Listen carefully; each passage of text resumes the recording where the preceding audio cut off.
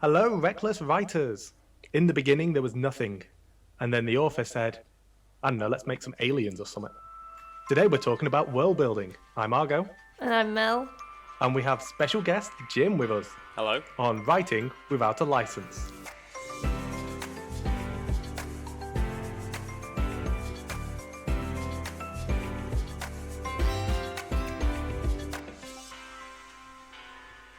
Jim's with us today specifically because he's great at world building.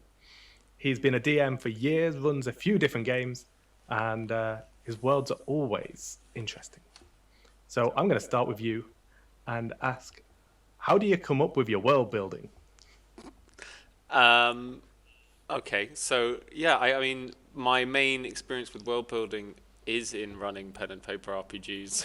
Admittedly, I have tried to write various things. Got about 16,000 words into a sci-fi novel. I tend to. So for me, I'd say the ideas come fairly easily. I think part of why my progress with writing a sci-fi story has sort of collapsed under the weight of the ideas I already started thinking about for a second book, which is so far away from ever even existing, because I got it into my head. The first stories would all be set on Earth and be fairly small, sort of small scale, and then the second one would go into a wider galactic scale, and I kept thinking about thinking about weird ideas for different alien civilizations and so on, and then before long I'd got distracted thinking about something else, and like maybe get a few notes into that idea before I go on to something else. I mean, I'm very easily distracted, so when it comes to coming up with the ideas, I don't find that part too difficult. It's the actual execution. But I've made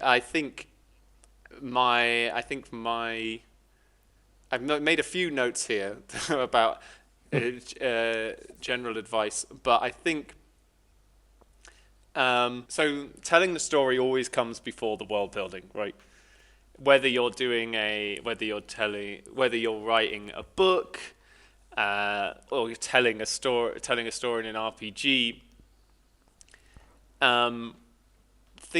You probably want to think. In most cases, you're going to want to think about what the story at the core is first. So to take my sci-fi idea, I had this idea about a sort of. Hang on. Do I actually want to talk about the story? Maybe I might write it one day. I mean, I wasn't going to go into detail, but it's probably better I don't even. So how have you gone about world building for your current project? So I know what the story's about, and I know what its sort of unique selling point is, and I work away from that point and think. It's like improv. If this is true, what else is true? So if there's some powerful alien force who are trying to control things on Earth in a particular way, maybe they've put agents into the government structures of the world. If that's true, what else is true? So why have they done this? And where are they planning to go with this? Have they done this before? If this is how these aliens operate, what does that say about everything else they do, if everything else they believe? Definitely feel like why is the important question. It's, like you say, the knock-on effect of very few things happen in isolation. Most stuff comes about because of other stuff. The way our society just works is a knock-on of how things have done in the past, and things are done in the past normally because of a reason. Yeah, and so I think why is sort of the most important question if you're trying to think about making interesting characters and character motivations.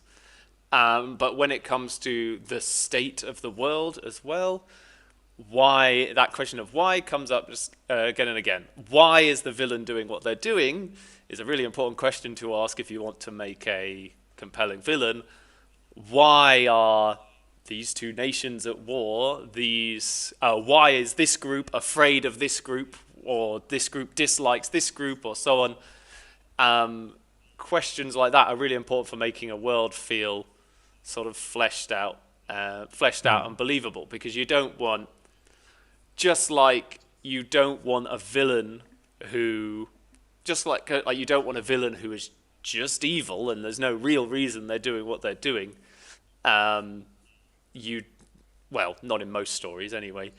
You don't want to just sort of establish some fact about the world that doesn't seem to have any grounding. Like, if there's some massive conflict in the story between two organizations or nations or planets or whatever, then it's not enough to just, for most people, it's not enough to just say, yeah, there's a war going on, unless that's literally the point of your story and it doesn't really matter why there's a war.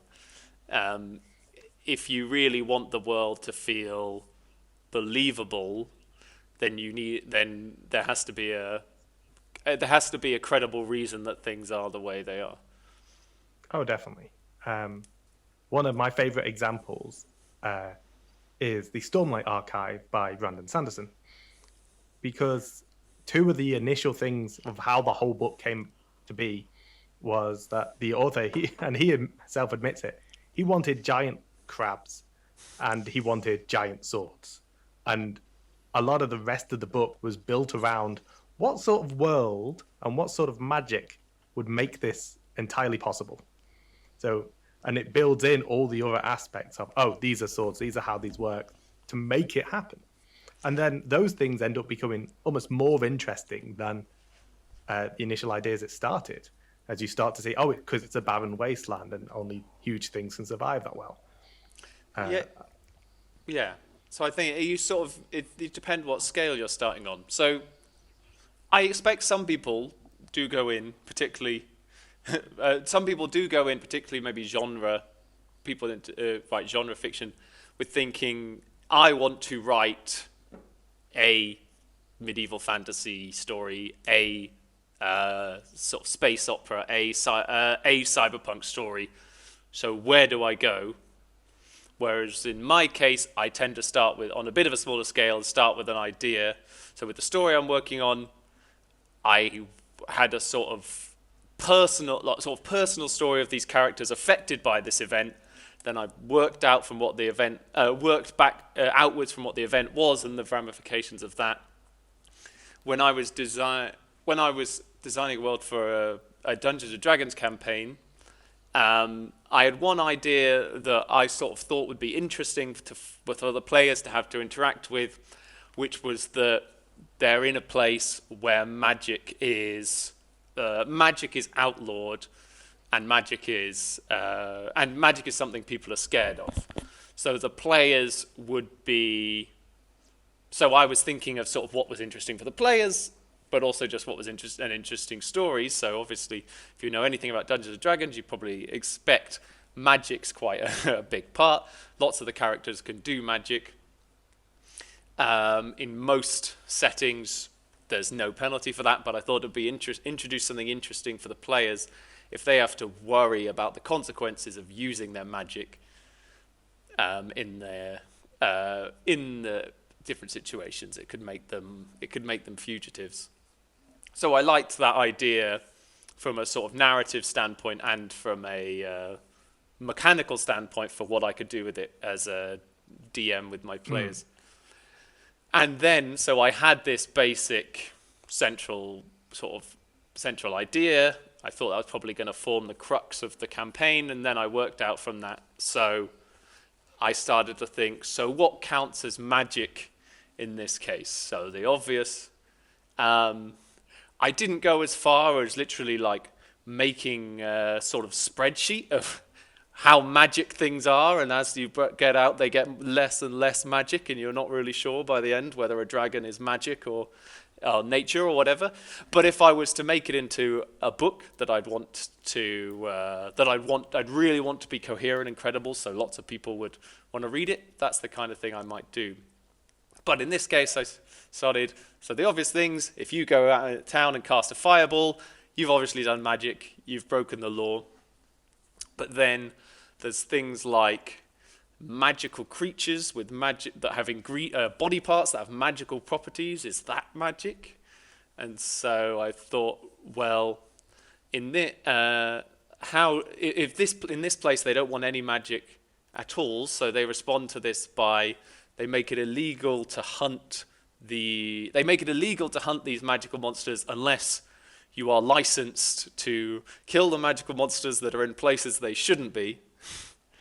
So if a hydra is causing trouble outside of its natural habitat, they might hire experienced monster hunters to track it down and either lead it away or kill it and dispose of the body. But then I thought, well, if there's this kind of dispose of the body process, maybe that's the kind of place where they might be making, these monster hunters might be making a quick buck on the side. And then I'm already starting to think, okay, now we're establishing an interesting sort of black market bit on the side. And I already had, by this point, I didn't have my story, but I think the thing that was fueling my mind was I was thinking either what's going to create an interesting interaction for my players later, or what might give them a story hook that they might use for their backstory.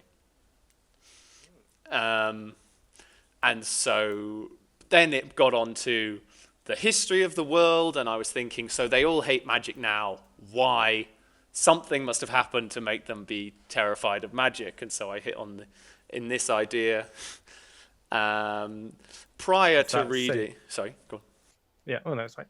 It's that same sort of that knock-on effect of nothing happens in isolation. It's that each idea opens up another idea that could be better, could be worse, or could just tie in such a way to make raise up the believability of the world. Mel, how do you go about making sure that your worlds are believable? Oh God, I'm a bit of a chaotic god when it comes to world building. Spreadsheets? Nah. Do I remember if a thing happened and that I'm going to continue it? Hopefully.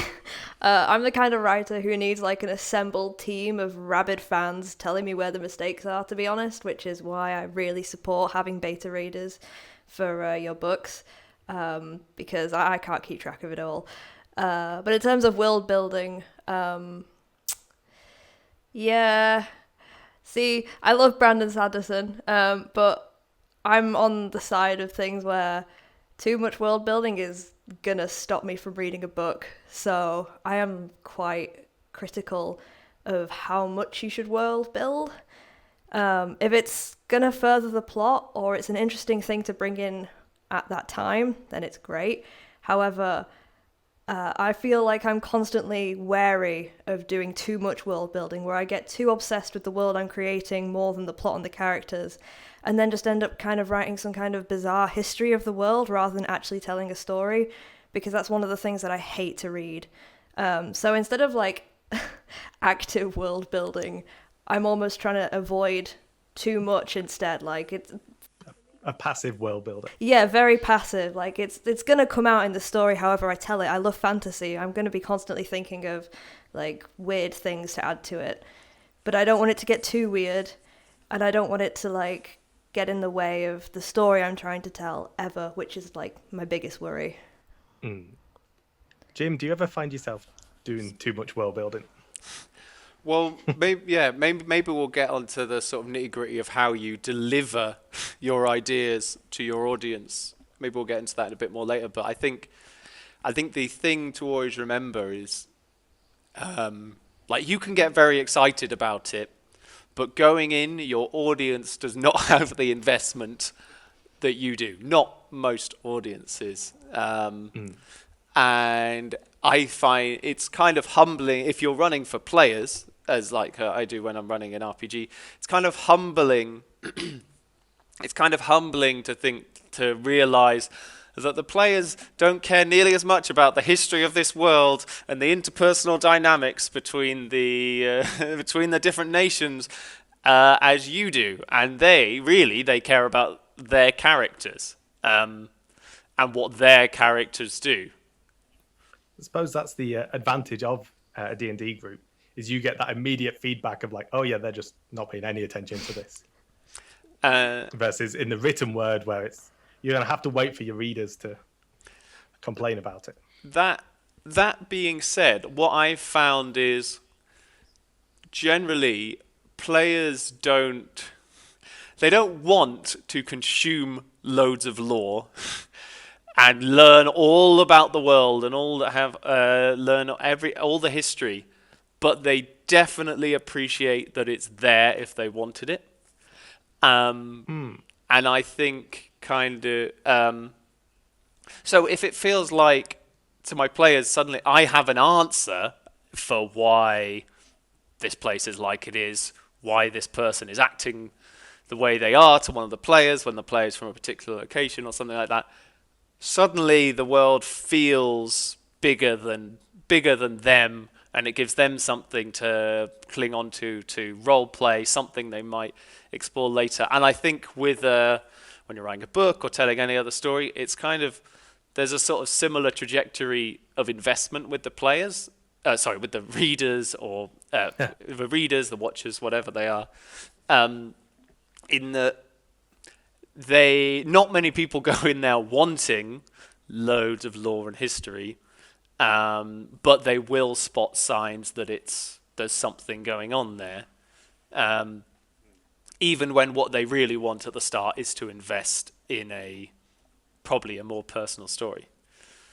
So yeah, there's definitely I call it like just the main trap that fantasy falls into, and it's a trap we fall into as writers when we're trying to describe our book to someone else.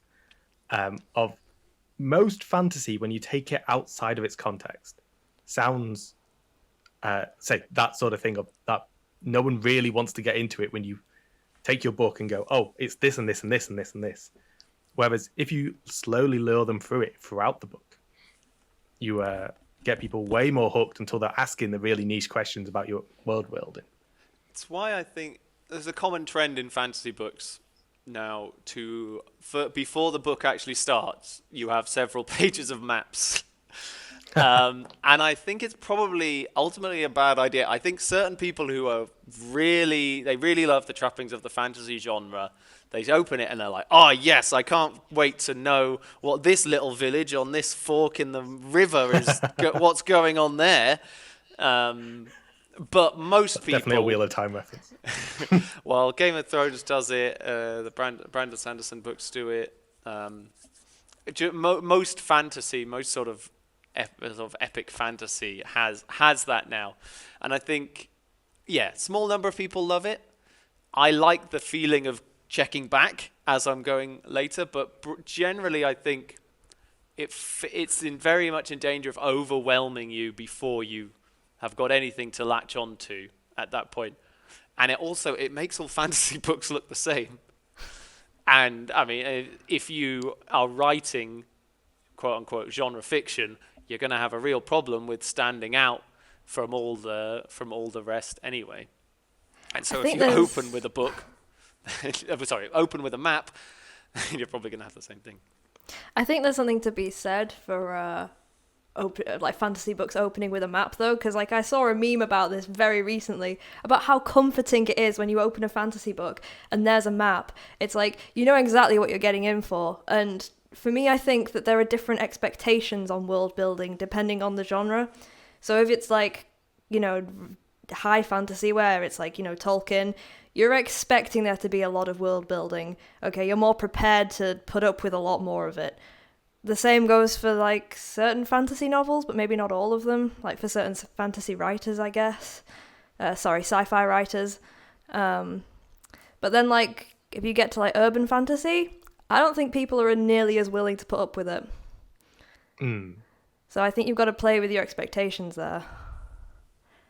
And I feel often with that, with a map at the front, it feeds back into what you said before of like people don't necessarily want to know every little village on every map, but there is that comfort of you have planned out this entire world. These things are there.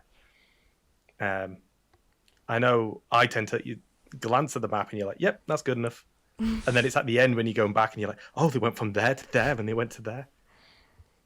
I think maybe if the issue is for most people that isn't what sells it. Like, so to take, I know I'm sure you've talked about Mistborn several times already on this podcast. Not that I know often. you're both fans, but Surprisingly less. so the reason that intrigued me, I knew it was fantasy. That's not enough on its own. There's a million fantasy books out there, but it was. I remember you pitched it to me, Argo, essentially based on what I viewed as its USP, which was a sort of a fantasy world where there's Dark Lord 1. And you can I don't know if Brandon Sanderson started with that idea, but I can totally see, it's like you were saying about Stormlight earlier, he had that and he worked, and so I was already on board when I heard that idea. And so that was what got me interested. And then as the book unfolds, you see, you see what's the state of the world after that has happened, and how's that informed the world now. And I think maybe that's a story where it's absolutely full of mysteries, and the sort of character's journey to uncover aspects of the history is a big part of the sort of drive behind the plot of the book. And so I think, I didn't go in with a point here, but I think my point there is to sort of, yes, there's clearly a world, and there's mysteries too, and the writers clearly set about making a story that uncovers those mysteries. It's certainly not, the state of the world is certainly not secondary to the story, but it's not overwhelming either. And then you open the book and you're like, oh, it's got a map. Well, if I were to say one thing I think doesn't work so well about the world building in that series, it's that the world, despite there being a world outside of this one place where the sort of first story is very focused, you don't really get much of a sense of it being there, and it's hard to get an idea of how big the sort of world is. And the map sort of, when you see the map, it kind of contradicts what you experience as you read the book. Yeah, it sort of feels like the whole world is that story, and then the map suggests that is like maybe a continent or even less than that. So to take an example that everyone knows, if we take Star Wars, which has had so much world building over the years, started with this sort of typical hero's journey story. Big bad empire versus plucky underdogs. Then they had the prequels, which explored how the empire came about. Millions of books, millions of side projects. There's so much stuff to build up this world. You know a lot about what it is. But one of my biggest issues with the sequel trilogy is that the world, despite being this galaxy with the thousands of planets, the central conflict somehow makes it feel very small, despite the fact that they literally blow up a solar system.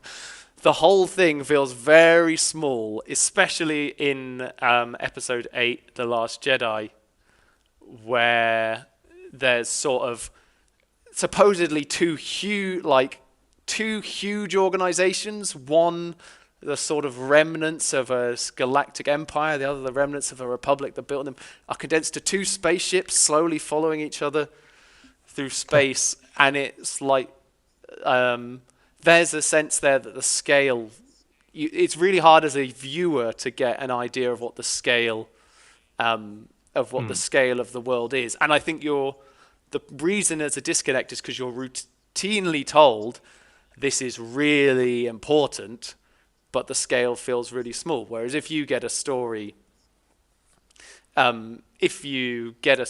where you know the stakes are low on a grand scale, then there isn't such a disconnect. So perhaps specifically, you need to think about, creators in general need to think about world building in regards to telling stories about war a little bit differently to telling stories about families. I think it comes down to the scale of the story you're telling, and it comes down to the cliche of show, don't tell. And whilst there is a balance of when you should show, when you should tell, is if you're only telling the reader, telling the viewer, oh, this is all really important and goes everywhere and spans across the galaxy, but then you're only showing them a couple of spaceships and showing them a couple of little bits. If you're saying this war covers the entire Earth, and then you show basically two fields, then it's not going to come across as strong world building. It's going to come, even though you might have our all world built correctly, and unless you're showing it, unless it's feeding into your story, and unless it's connecting to the plot so it doesn't feel superfluous, it could all feel a bit wasted or a bit lost.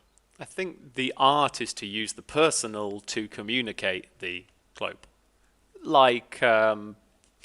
Just to take Star Wars as an example, because I've used Star Wars and it's so well known. When Luke first goes into Mos Eisley, you see all these stormtroopers clearly sort of strong-arming a lot of people. You're getting a very clear idea that there's this sort of more powerful force that are not really wanted on this planet, but they clearly have a lot of control here. They clash with the aesthetic of the local place. You're learning a lot about the Empire and their sort of relation, at least to the people here, if not to the wider universe. And there's plenty of heavy-handed other lines delivered, mostly by Obi-Wan Kenobi in that film. But that's a sort of example of where Luke is seeing things. Luke encounters the Empire. He doesn't like them, and that's telling you a lot about the key players in this world. That's all we have time for. Join us next time on Writing Without a License.